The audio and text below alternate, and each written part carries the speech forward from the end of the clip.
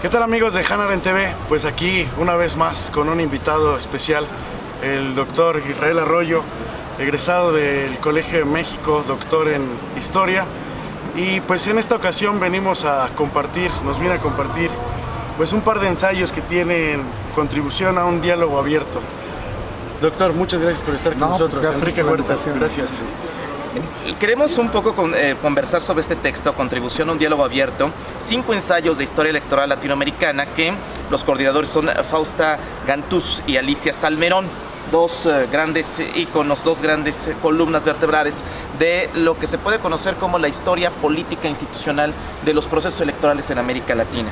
Y antes de entrar con un ensayo que nos parece un artículo, quizá pequeño en su dimensión, pero muy sustantivo, muy fuerte, que trae digamos que buena parte del bagaje de la obra central, de la obra icónica, que es nada menos que la arquitectura del Estado, justamente esta, que es la tesis doctoral, la arquitectura del Estado mexicano, formas de gobierno, representación política y ciudadanía, que es nada menos publicada tanto por Ernesto Mora como por la Benemérita Universidad Autónoma de Puebla, y que fue un éxito en ventas. Digamos que esta gran obra cumbre de la arquitectura, del lenguaje, de la historia institucional, el doctor Israel lo que hace es tomar un artículo y decir, a ver, vamos a hablar de la historia de la elección del presidente del Ejecutivo a lo largo del siglo XIX. Pero antes de hablar de eso, tenemos que hablar del lenguaje constitucional y de la perspectiva del propio lenguaje. Más o menos es una introducción grande. Y ahora sí, doctor Israel. No, pues gracias, Enrique, qué bueno que me invitas. Mira, yo lo que primero que te podría decir que este libro, como algunos otros que estamos haciendo, hay que verlo en lo que muy pomposamente pues, hoy llaman la nueva historia política, ¿no? Yo creo que esta nueva historia política tiene pues, cerca de unos, pues, por lo menos unos 25, 30 años, ¿no? Hay nuevos autores que están por todos lados, que ya sean europeos, estadounidenses y latinoamericanos, que están nutriendo esta nueva manera de hacer la historia política. Y pues este libro se inserta, digamos, en esa discusión. Hay una serie de autores, como tú dices, te gusta la palabra, icónicos, pues sí, hay grandes autores, digamos, que en la que somos pues, herederos todos, pues estos, yo diría historiadores intermedios, ya no soy un jovencito, pero tampoco soy de aquellos. Estoy pensando en nombres como pues, Marcelo Carmagnani, François Javier Guerra, Isla Sábato, Antonio Posada, Antonio Anino, Natalia Botana. Es decir, hay una serie de autores que son centrales para entender de otra manera la historia política y pues dejar de discutir las cosas en términos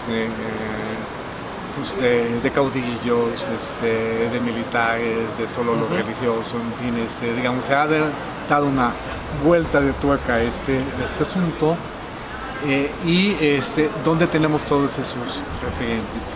Y quizá el otro elemento que no está tan explícito, pero que también tiene que ver, es esto que se ha llamado la historia conceptual, ¿no? Para algunos le llaman la historia conceptual o la historia de los lenguajes políticos. Y creo que, digamos, que ha cultivado muy bien, primero algunos, Pocock, ¿no? Que es uno de sus referentes obligados, pero también Winter Skinner, David Miller, ¿no? Son autores pues, centrales que han discutido, digamos, este asunto de cómo no hacer una historia que solo describa cosas positivistas, pero que al mismo tiempo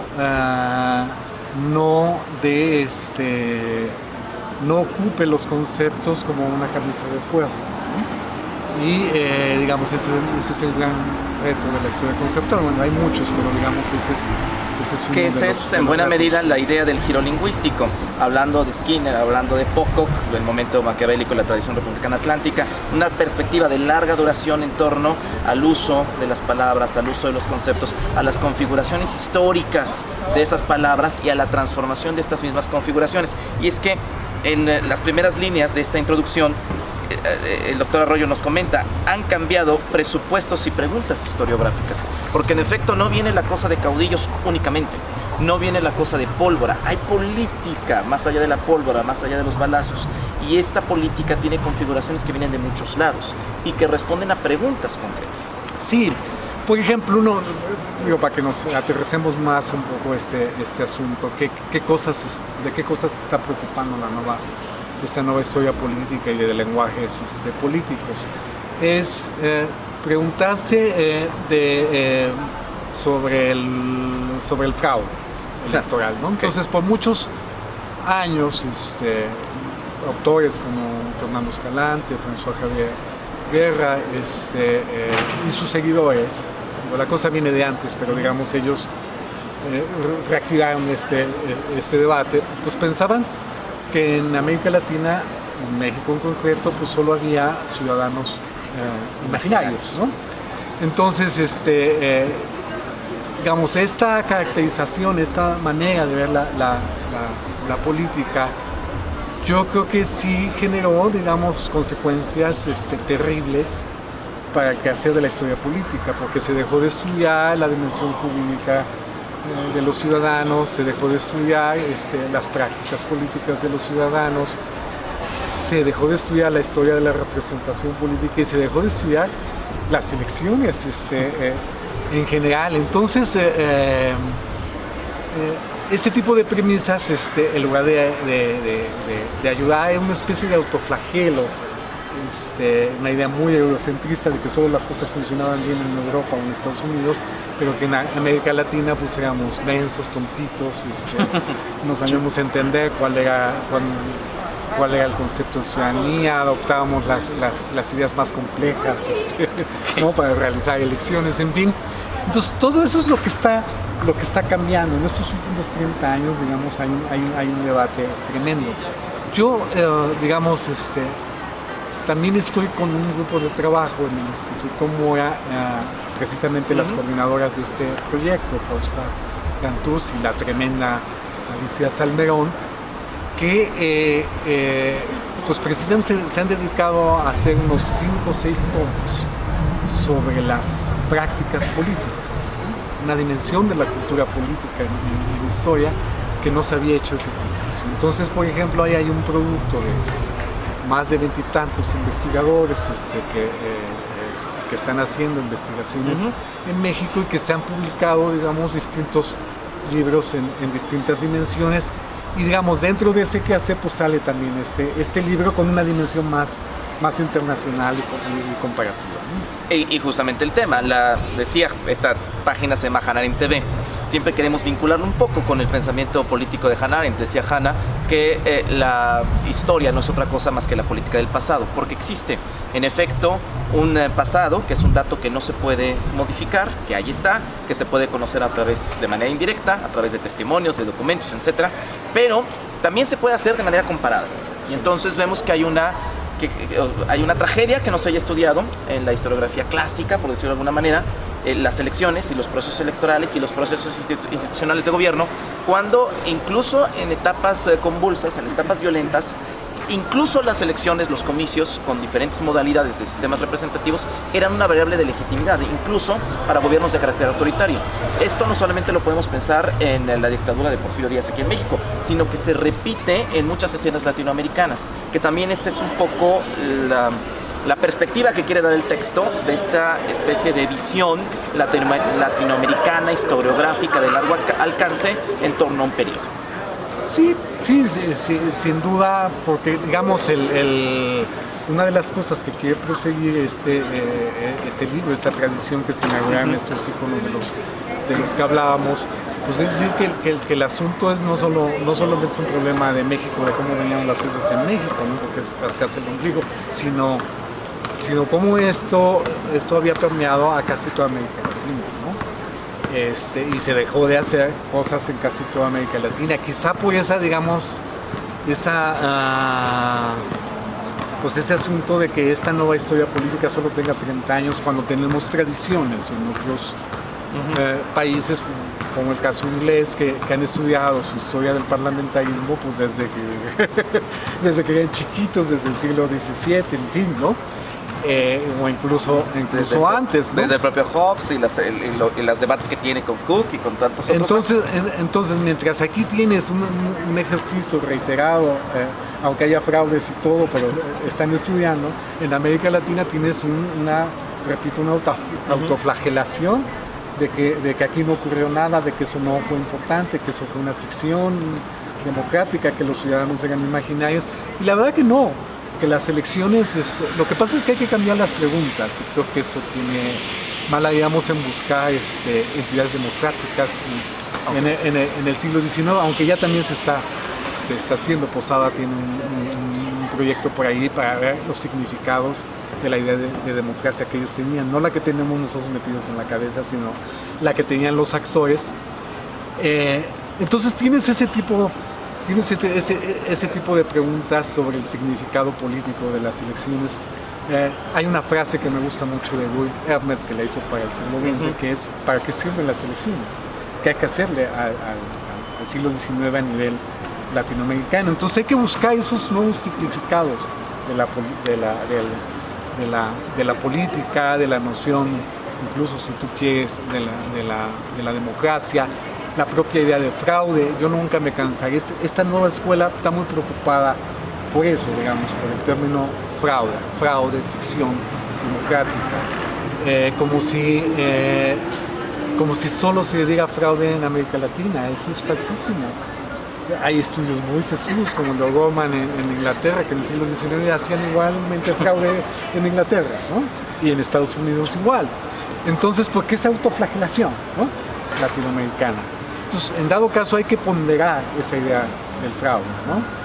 También la idea del fraude, como se hace ahora contemporáneamente, puede ser una estrategia para derrumbar la legitimidad de alguien. En fin, también se hacía en el siglo XIX. O sea, eso no se inventó ahora, no lo inventó AMLO, pues, cuando él hacía, digamos, estos guiños de decir fraude para desgastar a los adversarios políticos. En el XIX también se hacía eso. Entonces hay toda una estrategia en la nueva historia política de ponderar, digamos, ese tipo de elementos. Y también hemos encontrado que en ciertos periodos, en ciertas elecciones hay competencia. O, por ejemplo, hacerse la pregunta: ¿qué sucedería si todos hacen fraude? ¿Cómo le llamas a eso? ¿Qué sucedería si el que hace fraude luego no gana? ¿No? Que también sucede en el siglo XIX. Entonces, son todas esas cosas que ahora estamos... Vamos, lo que usted también dice es que en el propio texto que hay que hacer varias preguntas sobre el mismo tópico, ¿no? Es decir, no podemos quedarnos solamente con el aparente, ¿no? Hay que realmente indagar sobre el tema, ¿no? Sí, de eso se trata la investigación, suele ser más expresionista que impresionista. Pero bueno, ahora, ya estamos prácticamente situando en el artículo que cierra este trabajo, este texto, Republicanismo y Parlamentarismo en México, 1824-1911. Y antes tenemos un concepto interesante, un concepto que es el parlamentarismo. Y la primera aclaración que hace el doctor Israel Arroyo en el texto es: no me refiero al parlamentarismo británico, a este cuño que se construyó y que que sería impensable e inexplicable históricamente sin el largo parlamento, en fin, sin todo lo que pasó con la guerra civil inglesa. En fin, me refiero a un uso del lenguaje parlamentario, pero también me refiero a una serie de mecanismos concretos que son abiertamente y estrictamente parlamentarios, en estricta teoría de la Constitución, y que han estado permaneciendo en una larga duración en todo el proceso mexicano. Y uno, desde el título, cuando hablas de republicanismo y parlamentarismo en México, desde ahí existe un cierto ruido, porque estamos muy acostumbrados al presentismo. Y aquí doctor Israel Arroyo, que es economista de formación, doctor en historia. De formación. De origen. Y inmediatamente tiene un culpable, inmediatamente coloca en el atril de los acusados a alguien, a los politólogos, que solemos hacer mucho estos presentismos, tomar la teoría política y entonces transportarla a otro tiempo, cuando se nos olvida que la teoría política es resultado de un tiempo histórico concreto. Sí, aplicaciones mecánicas. A mí me gusta mucho la teoría, pero no me gustan las aplicaciones mecánicas. No, sí, en efecto, digamos, dentro de las colaboraciones, pues a mí me tocó la parte de México. Y aquí pues quise ensayar, pues hay varios niveles y varios ámbitos de discusión. Uno es el debate republicanismo-parlamentarismo, y quizá valga la pena aclarar por qué republicanismo, porque originalmente tenía yo, para hacerlo más atractivo al lector, presidencialismo-parlamentarismo. Porque en realidad es un artículo sobre el origen del presidencialismo mexicano, pero sí vale la pena aclarar este asunto, que el gran paradigma, digamos, de la república moderna es Estados Unidos. Y que esa construcción es una construcción histórica que data entre finales del siglo XVIII y principios del XIX, ¿no? Se va construyendo en el largo plazo hasta llegar al actual sistema que tienen. Entonces, en la teoría política, siempre que se da un ejemplo de los sistemas presidencialistas, el ícono, el referente obligado, pues es Estados Unidos, ¿no? Entonces, pero en el siglo XIX no se discutía en términos del sistema presidencialista. Ese es un lenguaje de los politólogos de los años 60, 70, 80. Leynes y compañía. Leynes y todo este debate Sartori, en fin, entonces yo lo que quise hacer es más fiel, digamos, a los lenguajes de la época. Lo que se discutía en la época eran las formas de gobierno. Y en las formas de gobierno, pues había sistemas federalistas, sistemas centralistas, sistemas republicanos, las triple de monarquías, la constitucional, la absolutista. Entonces ese es el tono y la manera en que discuten los actores de época. Yo quise conservar el lenguaje de época, pero en realidad al dar cuenta de la consolidación del republicanismo en México y dónde está, digamos, donde yo creo que está situado el origen del actual sistema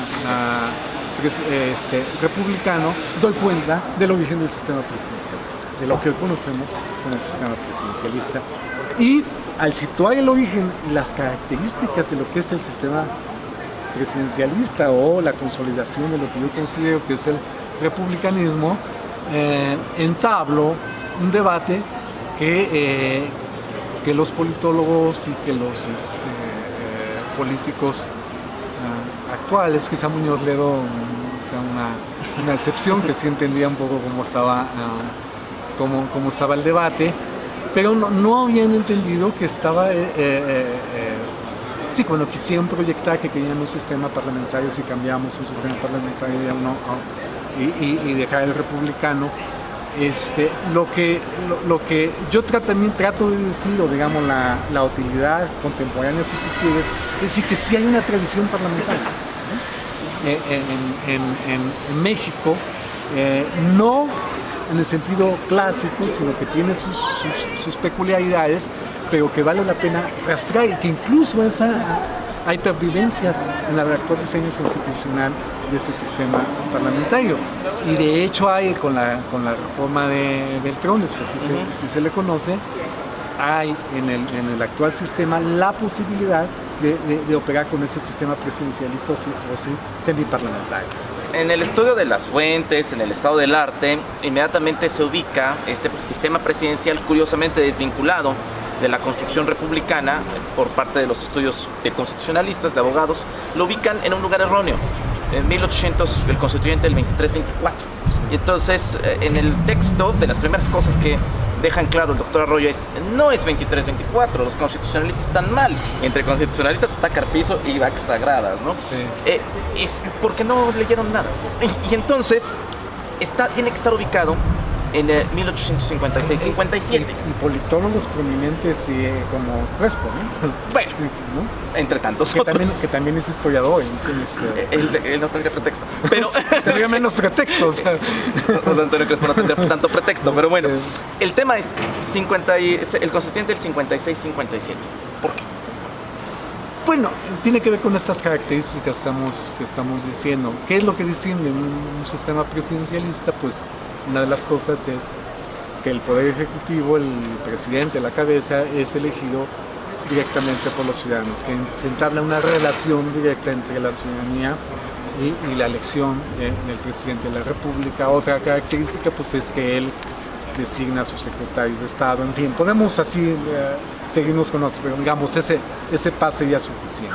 ¿Qué te dice el esquema, el paradigma parlamentario? Que hay muchos tipos de sistema parlamentario, pero en general la idea es que el gobierno emana del Parlamento, no son los ciudadanos directamente los que eligen, y ahí puede haber pues, versiones distintas de parlamentarismo de gabinete, uno de coalición, en fin, distintas, o el francés, que es una mezcla de varias posibilidades ahí, que se ha caracterizado como mixtos.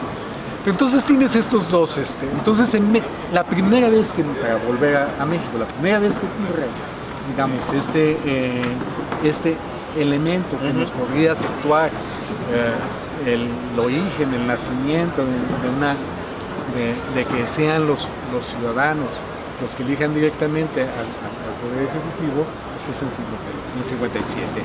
De ahí, digamos, mi discusión, mi debate, con no situarlo pues, en constituciones como la del 24, porque pues, son lecturas simplistas, porque dice la palabra presidente, entonces ya es un sistema presidencialista. No lo es, porque ahí lo que elegían eran las legislaturas de los Además estados. hay una república confederada ahí y otros equilibrios. Al presidente de la república lo elegían las legislaturas de los estados, entonces es algo distinto. No es un parlamentarismo así, pero pues son legislativos, ¿no? Locales quienes eligen al presidente, en fin, ¿no? Tan solo esa característica, cuando uno la va situando en los distintos momentos constituyentes, pues te ayuda a entender que México no tuvo, digamos, por eso también resulta falso, como dato adicional, que se piense que en la Constitución del 24, pues los mexicanos copiamos a los estadounidenses, pues nada más lejos de eso, o sea, por lo menos en términos de diseño de poderes públicos, la forma de elección, pues estábamos muy lejos de ese asunto. Entonces, yo creo que ese es el tipo de ejercicios que hay que estar haciendo para ver cómo se mueven estas distintas tradiciones. Hay un párrafo que me gustó mucho, está muy bien construido. Además, construirlo al vuelo no es fácil, implica un trabajo muy fuerte en materia de historiografía, y el párrafo quiero que sea un pretexto para la pregunta. Dice: es palpable la existencia de 5 modalidades electorales ordinarias de tipo republicano. El voto nominal e individualizado del primer constituyente mexicano para elegir a su ejecutivo colegiado de 1823. El método de las legislaturas estatales entre el 24 y el 35. El procedimiento de la terna emanada de los propios poderes públicos generales y su selección final de un nombre por las juntas electorales de departamento. El método de las legislaturas departamentales entre el 43 y el 45, y por último la modalidad del voto de los electores primarios, pero filtrado por el principio de un estado, un voto, practicado entre el 48 y el 51. Paralelamente hubo 3 métodos de cepa extraordinaria: el voto por diputaciones, originado en el 24, el voto nominal del Senado, con las bases orgánicas del 43, y la modalidad singularísima de julio del 46, un ejecutivo electo por un Congreso Constituyente de corporaciones y sectores productivos, que lo mismo utilizó el voto popular que el de designación. No obstante, lo común en todos estos métodos de elección fue su distanciamiento con el modelo republicano presidencialista de Estados Unidos y su acercamiento a los rasgos parlamentarios de la época. Una preponderancia en toda esta mitad del siglo XIX de los congresos de los congresos y los representantes populares sobre el ejecutivo. Pero aquí llega Juárez y entonces trata de hacer algo diferente, una suerte de 18 brumario versión light. ¿Por qué Juárez trata de recobrar, a través de una consulta, dicho sea de paso, técnicamente es de una suerte de plebiscito. Sí. ¿Por qué trata de reconfigurar, de enmendar esta preponderancia de los congresos en principio, del Congreso sobre el Ejecutivo? A ver, déjame echar, me voy un poquito para atrás para entender digamos, esta situación, para ver dónde está la ruptura y por qué yo creo que la ruptura está en 57. Yo lo que me encontré, yo lo que hice fue como estudiar donde hubo elecciones. No estudié donde no Sí, no claro. o fue por un golpe de Estado, en fin, pero en la mayor parte hubo elecciones, por cierto. Entonces, donde hubo elecciones, yo lo que encontré es